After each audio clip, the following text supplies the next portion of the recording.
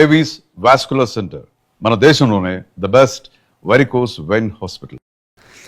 మీరు చూసుంటారు, చాలా వీడియోస్ బయటకు వచ్చినాయి. థియేటర్లో మల్లెపూల పల్లకి సాంగ్ ప్లే అవుతున్నప్పుడు కొన్ని వందల మంది స్క్రీన్ ముందుకు వెళ్ళిపోయి అది ఒక పూనకం వచ్చినట్టు ఇంచుమించు నేను ఈ ఇంటర్వ్యూ స్టార్టింగ్గా చెప్పాను, థియేటర్స్ గుడ్లుగా మారిపోతున్నాయని చెప్పేసి.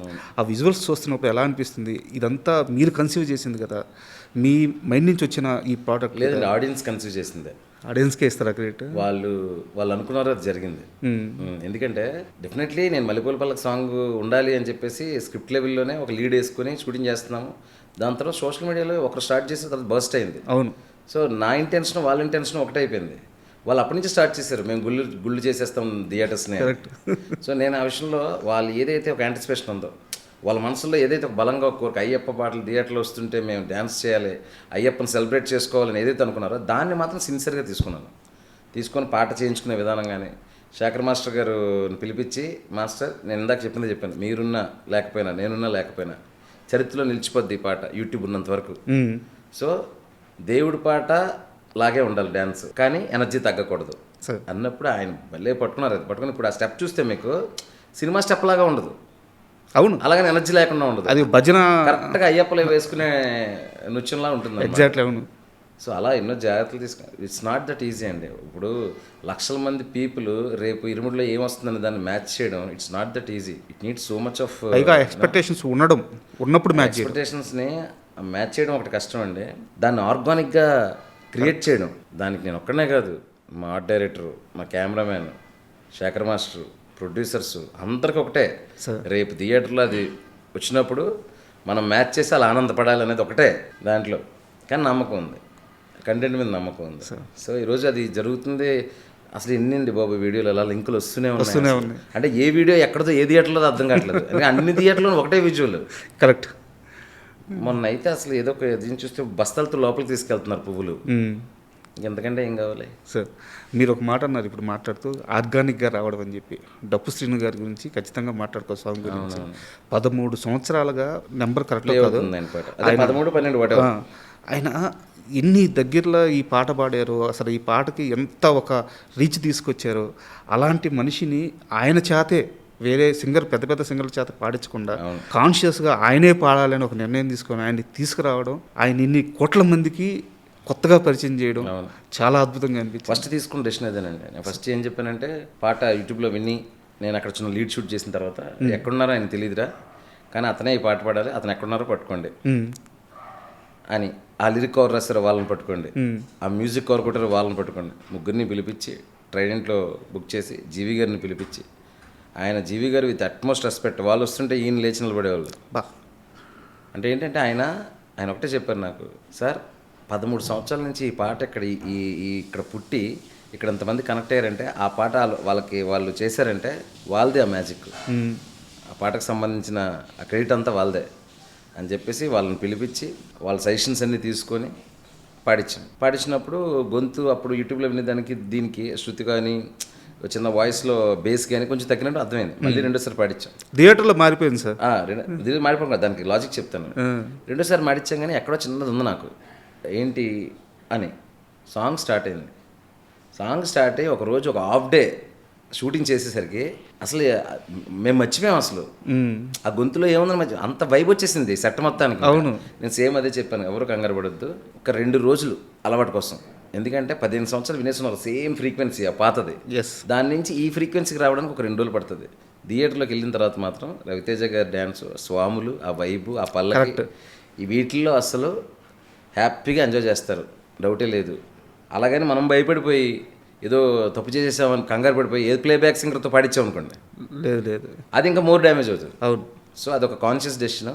అండ్ థ్యాంక్ గాడ్ అయ్యప్ప దయ వల్ల నేను అనుకున్నది జరుగుతుంది థియేటర్లో. Super sir.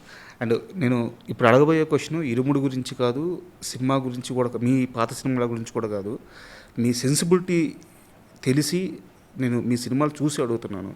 మీ జీవితంలో బ్యాక్గ్రౌండ్లో అమ్మగారు కానీ, మీ భార్య కానీ, లేదా పిన్ను, అత్తో, ఎవరో ఒక అమ్మమ్మ, ఒక బలమైన స్త్రీ ఉన్నారు, మిమ్మల్ని జీవితంలో చాలా పెద్దగా ఇంపాక్ట్ చేసిన మనిషి ఆమె అనిపిస్తుంది. నిజమేనా? బలమైన స్త్రీలు సార్, ఉమ్మడి కుటుంబం అండి. మా పిన్నిలు, మా తాతయ్య గారు, మొత్తం మా అమ్మ మొదట ఆవిడ, దాని తర్వాత 5 కూతురు, 4 కూతుర్లు, అంటే 4 పిన్నులు, వాళ్ళ పిల్లలు, మేము, అమ్మ వాళ్ళ సైడ్ నుంచి అంతే. సో ఏంటంటే చిన్నప్పటి నుంచి చుట్టూ ఫెమినిన్ వరల్డ్ ఉందన్నమాట. సో అది దాని తర్వాత కాలేజ్కి వెళ్ళిన తర్వాత మన ఫ్రెండ్స్ అమ్మాయిలు అవ్వచ్చు. అసలు ఏమనంటే ఒక అమ్మాయి పాత్ర లేని మనిషి జీవితం ఏ ఫేజ్లోనే ఉండదు. అంతే సార్. సో వాళ్ళ తాలూకా ఇది ఉంటుంది. కాకపోతే ఏంటంటే నాకు బేసికల్గా ఈ మిడిల్ క్లాస్ మెంటాలిటీస్, వాళ్ళ మధ్యలో ఉండే కాన్ఫ్లిక్ట్స్, వాళ్ళ మధ్యలో ఉండే ఎమోషన్స్ అవి బాగా ఇష్టం అనమాట. అంటే నేను స్వతహాగా వాళ్ళతో పాటు ఉండి మాట్లాడి ఇష్టపడతాను. సినిమాలు తీసేటప్పుడు కూడా నాకు అలాంటివి టచ్ చేయడం ఇష్టం. నిన్ను కోరి మధ్యలో లైట్ హార్టెడ్గా లవ్ స్టోరీలు కాబట్టి అలా తీసాము. ఇందులో ఆ లవ్ యాంగిల్ కాకుండా ఇంకా అంతకంటే పెద్ద కాజ్ ఉంది, పర్పస్ ఉంది దీనికి. గర్ల్స్ వాళ్ళ చుట్టూ ఉండే ఒక ప్రపంచం, అందులో ఒక ఇన్నోసెంట్, ఆ ఆడవాళ్ళ వెనకతలు నిలబడే ఒక ఇన్నోసెంట్, వాడికి తాగడం అనే ఒక ఫ్లా, దాంట్లోంచి నన్ను ఎక్స్ప్లోర్ చేసుకోవడానికి అవకాశం ఇచ్చింది ఈ సినిమా. సార్ అందువల్ల చేయగలిగాను. నాకు బాగా అనిపించింది ఎక్కడంటే కొన్ని డైలాగులు ఉన్నాయి సార్. ఆడపిల్లని పెంచాల్సింది భయంతో కాదు, ధైర్యంగా పెంచాలి, ఆ పిల్లలో ధైర్యం ఉండేలా పెంచాలని చెప్పి ఒక సీన్ ఉంటుంది. హీరో గారు చెప్తారు. అండ్ ఇంకో డైలాగ్ వచ్చేసి, మన పిల్లల వెనక ఒకడున్నాడు, పైన చెయ్యేస్తే చంపేస్తాడనే భయం లేకపోతే వాళ్ళని మనం కాపాడుకోలేమని చెప్తారు. ఎంత బలమైన మాటలు అయ్యి. అంతే కదండి సార్. మనం చూస్తున్నాం కదా ఇవన్నీ. నేను దీంట్లో డిస్కస్ చేయాలి, నిలబడాలి, ధైర్యంగా మాట్లాడాలి, అది ఏ ప్రాబ్లం అయినా సరే, జస్ట్ స్పీక్ అవుట్. దాని తర్వాత అది ఎంత దూరం వెళ్తుందని తర్వాత విషయం, మాట్లాడాలి అనే ఒక విషయాన్ని చెప్పడానికి ట్రై చేశాను. అది ఏదో లైట్ హార్టెడ్గా స్పీచ్లాగా చెప్తే ఈ కాలంలో అవ్వదండి. కొన్ని విషయాలు గట్టిగా చెప్తేనే, గుండెకి తగిలేలా చెప్తేనే అవి నిలబడతాయి బ్రెయిన్లో. అందుకే నేను కొంచెం ఇంటెన్స్గా చెప్దాం డిసైడ్ అయ్యాను ఈ పాయింట్ని. చాలా లైట్ హార్టెడ్గా ఒక ఫ్యామిలీ కథలా కూడా చెప్పొచ్చు, కానీ అది ఇంపాక్ట్, ఇమేజ్ నిలబడాలండి. కనీసం సినిమా చూసిన తర్వాత వచ్చి 2 గంటలు కనీసం ఇంకొకరితో షేర్ చేసుకోవాలి, ఈ పాయింట్ చెప్పాడరా, ఈ పాయింట్ ఇందులో డిస్కస్ చేశారని నాకు ఫీలింగ్ అయినా ఉండాలి సార్. స్వతహాగా నాకు సినిమాని థియేటర్లో వదిలేసేయడం కంటే అది ఏదో టేక్ అవే చేయాలనే మెంటాలిటీ నాది నా ఫస్ట్ ఫిలిం నుంచి. లక్కీ ఇది 100% టేక్ అవే చేసింది. In that way very fortunate. And more over అంటే అయ్యప్పస్వామి ఎలిమెంట్ ఉన్నా సరే, ఓన్లీ అయ్యప్పస్వామి ఎలిమెంట్, అయ్యప్పస్వామి పాటలు మాత్రమే ఉండి గుడ్ మూవీ కానీ గుడ్ రైటింగ్ కానీ లేకుండా ఉంటే కష్టమైపోయేది. సో సినిమా రైటింగ్ కానీ మీరు తీసిన విధానం కానీ చాలా అద్భుతం. ముఖ్యంగా ఆ తండ్రి కూతురు మధ్య ఉండే ఆ బాండింగ్, అసలు థియేటర్లో కూర్చొని సినిమా చూస్తుంటే ఇంటికి వెళ్ళిపోయి ఎప్పుడు నా బిడ్డని హగ్ చేసుకుందాం అనిపిస్తుంది. అది యాక్చువల్గా జరిగిందండి. నాకు చాలామంది కాల్ చేసి, అంటే ఇండస్ట్రీలో పెద్ద పెద్ద ప్రొడ్యూసర్స్, డైరెక్టర్స్ కూడా నాతో 2-3 చెప్పిన మాట ఏంటంటే, చూసిన తర్వాత ఒకరు ఏం చెప్పారంటే యుఎస్ వెళ్ళాలంట వాళ్ళ పాప, చూసిన తర్వాత ఎయిర్పోర్ట్కి వెళ్ళారంట సార్ సెండ్ ఆఫ్ ఇవ్వడానికి. అంతే కదా, ఆ బంధం వేరు కదండి, ఆ బాండ్ వేరు. దాన్ని టచ్ చేస్తే అది అలా బ్లాస్ట్ అవుతుంది. అది హ్యూమన్ ఎమోషన్కి ఉండే ఇది, అది కూడా father daughter emotion, father son emotion, what ever. అవును. సో అలాగే ఇంకొకరు కూడా థియేటర్లో చూసిన వెంటనే డాటర్ దగ్గరికి వెళ్ళడం, అలాంటివి చాలా జరిగాయి. అయితే మీ రైటింగ్ విషయానికి వస్తే, ఒక లైన్ అనుకున్న తర్వాత దాని చుట్టూ పీఠముడులు మీరే బిగించుకుంటారు. అవును. మీరే విప్పుకుంటూ వెళ్తారు. చాలా కష్టమైన మార్గాన్ని ఎంచుకుంటారు కథ చెప్పడానికి. నిన్ను కోరి కానీ ఆ లైనే చాలా కాంప్లెక్సిటీ ఉన్న లైన్. మజిలీ కానీ, ఇరుముడి కానీ, ఈవెన్ ఖుషి కూడా. ఖుషిలో ఒక బ్యూటిఫుల్ లవ్ స్టోరీ ఉంటుంది, కానీ ఒక atheist family, God believer family మధ్యలో అలా నలిగిపోయారు, ఆ కాంప్లెక్సిటీ అక్కడ ఉంటుంది. సో ఎందుకు ఇంత కష్టమైన మార్గాన్ని ఎంచుకుంటారు కథ చెప్పడానికి? రియల్ లైఫ్ అలాగే ఉంటుందండి. రియల్ లైఫ్ ఇప్పుడు మిడిల్ క్లాస్ ఫ్యామిలీ లోపలికి వెళ్తే వాళ్ళకి వచ్చే ప్రాబ్లమ్స్, అక్క చెల్లెల మధ్యలో ఒక చీర గురించో, లేదంటే ఫ్యామిలీ మెంబర్స్ మధ్య, అన్నదమ్ముల మధ్యలో 60 రూపాయల కోసం, చాలా చిన్న చిన్న విషయాల కోసమే ఎమోషనల్గా లోన్ అయిపోతారు. మిడిల్ క్లాస్ ఫ్యామిలీలో ఆ బ్యూటీ ఉంటుంది. 1000 కోట్లు 2000 కోట్లు ఉన్నోడికి ఏముంటుంది, సాదాసీదాగా వెళ్ళిపోద్ది తన లైఫ్. ఎక్కడైతే బతకడానికి కష్టం ఉందో అక్కడే కాన్ఫ్లిక్ట్ వస్తుంది. ఆ కాన్ఫ్లిక్ట్లో ఆ పర్టికులర్ మనుషులు ఎలా రియాక్ట్ అయ్యారు, అందులో ప్రేమ ఉంటుంది, జల్సీ ఉంటుంది, ద్వేషం ఉంటుంది. అలాంటి వాటి మీద సినిమా తీయడం ఇష్టం అనమాట. సో అందుకే ఇప్పుడు ఈ సినిమాకి వచ్చేసరికి ఇది కంప్లీట్గా డిఫరెంట్ ప్రెమైస్ అనుకోండి.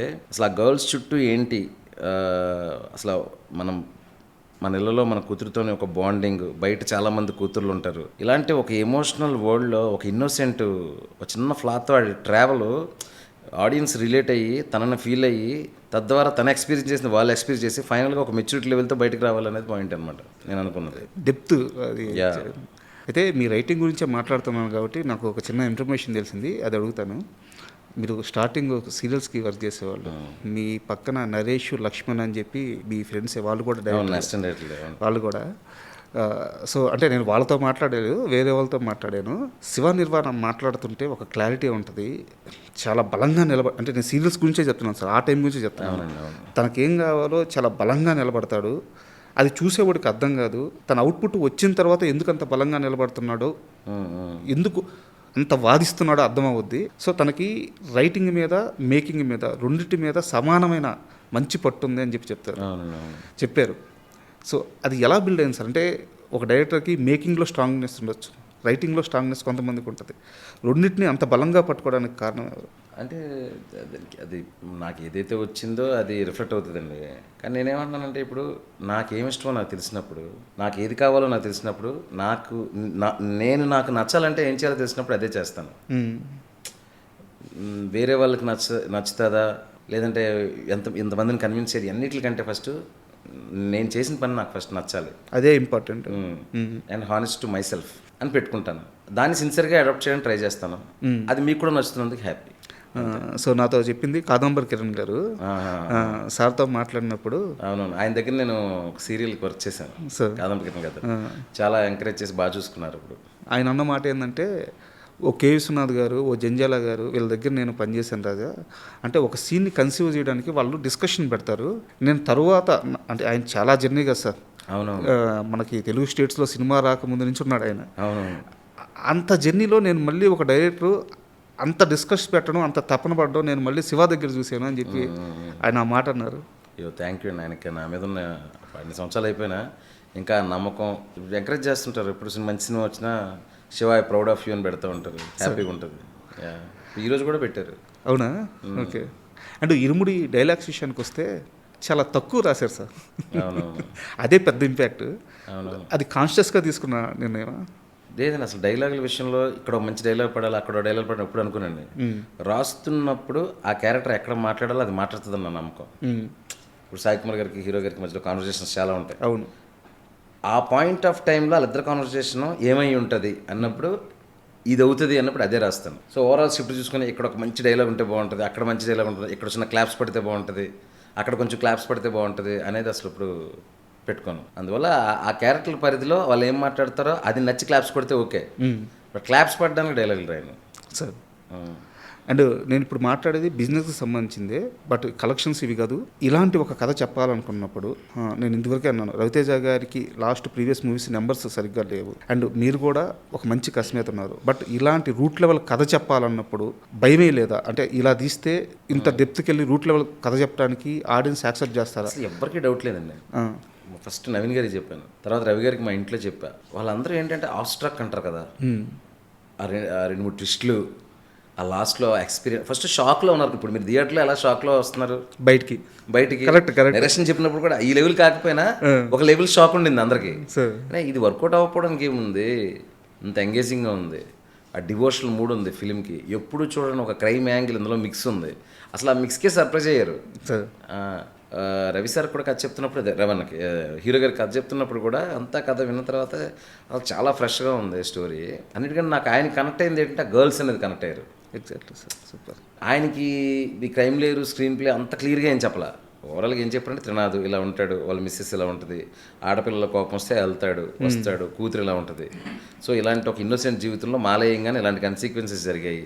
ప్రీ క్లైమాక్స్కి వచ్చేసరికి ఇలా జరిగింది. అక్కడి నుంచి ఒక మెచ్యూరిటీ లెవెల్కి వెళ్ళిపోయి బయటకు వచ్చేటప్పుడు నా జీవితంలో కూడా ఇలాగే జరుగుతుంది కదా, లైఫ్ ఈజ్ ఆల్ అబౌట్ కర్మ, అంతే కదా sir. But you have to believe what ever, నీ బిలీఫ్ సిస్టమ్ అనేది అలాగే ఉంటుంది. అదేనండి, అది ఎప్పుడైతే త్రినాథ్ రియలైజ్ అయ్యాడో ఆ జర్నీని చూసిన ఎక్స్పీరియన్స్తో బయటకు వస్తారు. సో ఖచ్చితంగా అక్కడ కనెక్ట్ అవుతారు. సో అక్కడ ఆయన కనెక్ట్ అయింది మెయిన్ ఈ గర్ల్స్. వెనకాతలు ఒకడు ఉన్నాడని, లేకపోతే మన ఆడపిల్లలు మనం కాపాడుకోలేం గురుస్వామి, ఆ డైలాగ్. అదే ఓవరాల్గా గర్ల్స్ కోసం ఒక ఫ్లా ఉన్నాడు, ఒక గర్ల్స్ కోసం ఒక డ్రంకర్డ్ హ్యాబిట్ ఉండి తనకే ఓ ప్రాబ్లం ఉంది, తను ఆడపిల్ల వెనకాతలు నిలబడడం అనేది బాగా నచ్చింది ఆయనకి. సూపర్.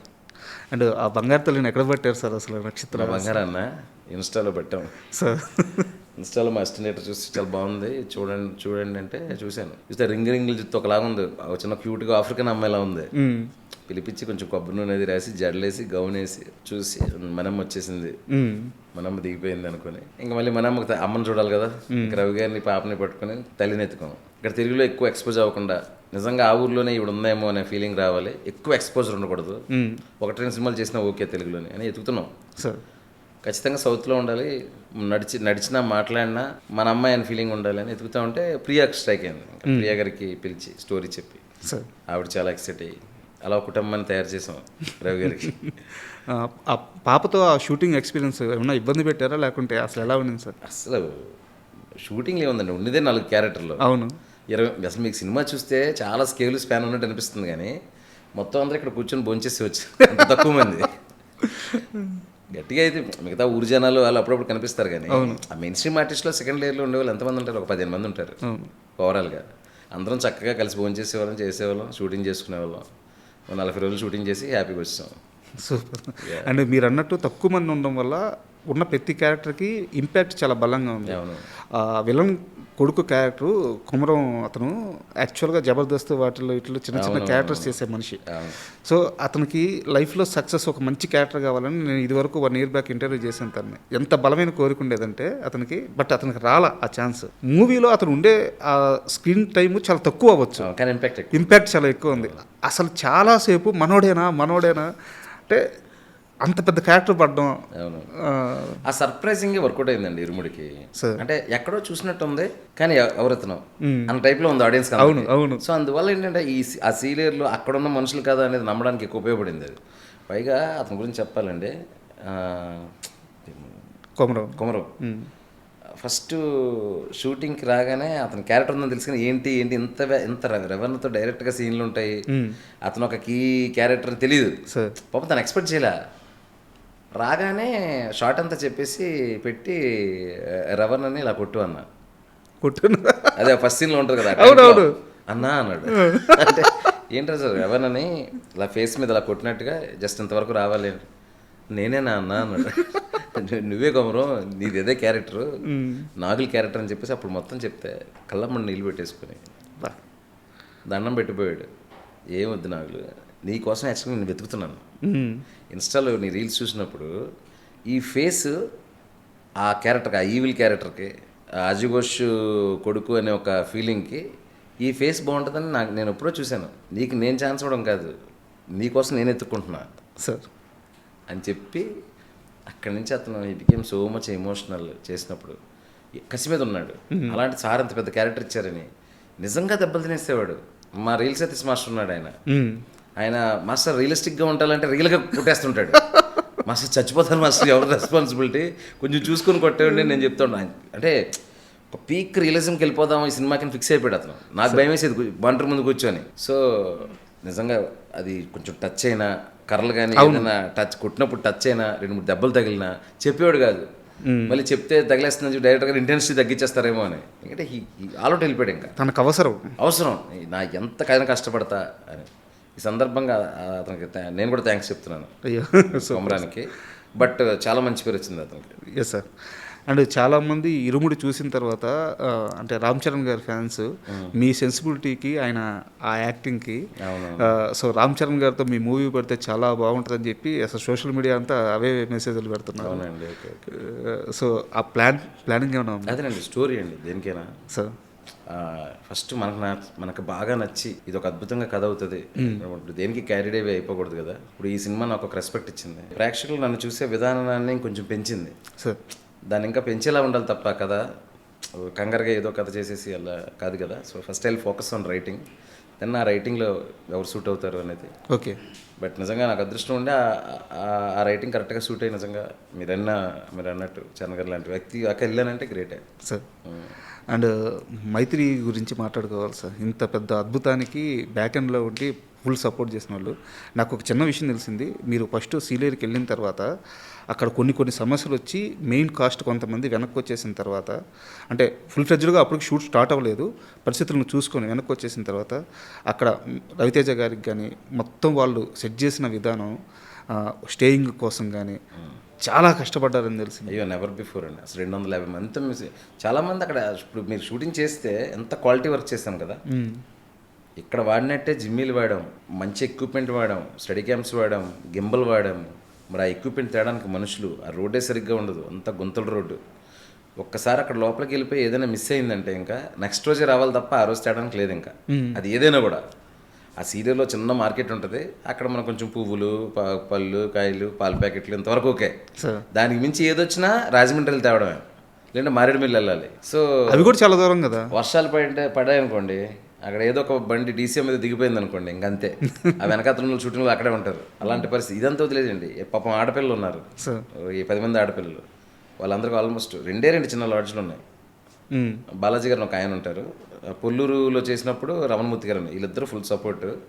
అక్కడే అందరం అడ్జస్ట్ అయ్యి మెయిన్ టీం అంతా. హీరో గారికి ఏంటంటే ఆ జన్కో గెస్ట్ హౌస్ ఒకటి ఉంటుంది, అది ఇచ్చేసి దాన్ని స్పెషల్గా చాలా మార్పిచ్చారంట. దాన్ని అంతా మార్పిచ్చి సాయి కుమార్ గారు మేమందరం అయితే చాలా చిన్న చిన్న రూమ్స్, అది చిన్న లాడ్జ్లో ఉంటుంది, డీసెంట్గానే ఉంటుంది కానీ చిన్న హోటల్ అనమాట. ఇంకా మిగతా వాళ్ళ ఇళ్లలో వాళ్ళ ఇళ్లలోనే వీళ్ళల్లోనే అడిగి తీసుకొని హౌస్లు హౌస్లు అంటే అదే వాళ్ళు ఏదైతే ఉంటున్నారో అంటే సంకల్పం అంతే. ఇక అక్కడ రాసి పెట్టాడు నాకు దేవుడు, అక్కడ నేను చేయాలని. అదే అది జరగదేమో అనుకున్న దగ్గర జరిగింది షూటింగ్. ఎందుకంటే అసలు నేను వెళ్ళగానే అక్కడ అయ్యప్ప గుడి ఉంది డ్యామ్ కానుకొని. నాకు అసలు బుర్ర తిరిగిపోయింది. అసలు ఇనీషియల్గా నాకు ప్లానింగ్ అది కాదు, డ్యాము ఇది కాదు. ఎప్పుడైతే డ్యామ్ చూసానో డ్యామ్లో క్యారెక్టర్ చేశాను సినిమాలో. అదే గుడిలో షూటింగ్ చేద్దాం. అదే ఈ సినిమాకు ఉండే ప్రత్యేకత ఏంటంటే మీకు సినిమాలో పేర్లు బయట పేర్లు ఒకటే, అంటే సీలేరే, పొల్లూరే, డొంకరాయ్. సో ఏంటంటే ఈ ప్రపంచం నా కథ కోసం ఉందా అనే ఫీలింగ్ వచ్చింది.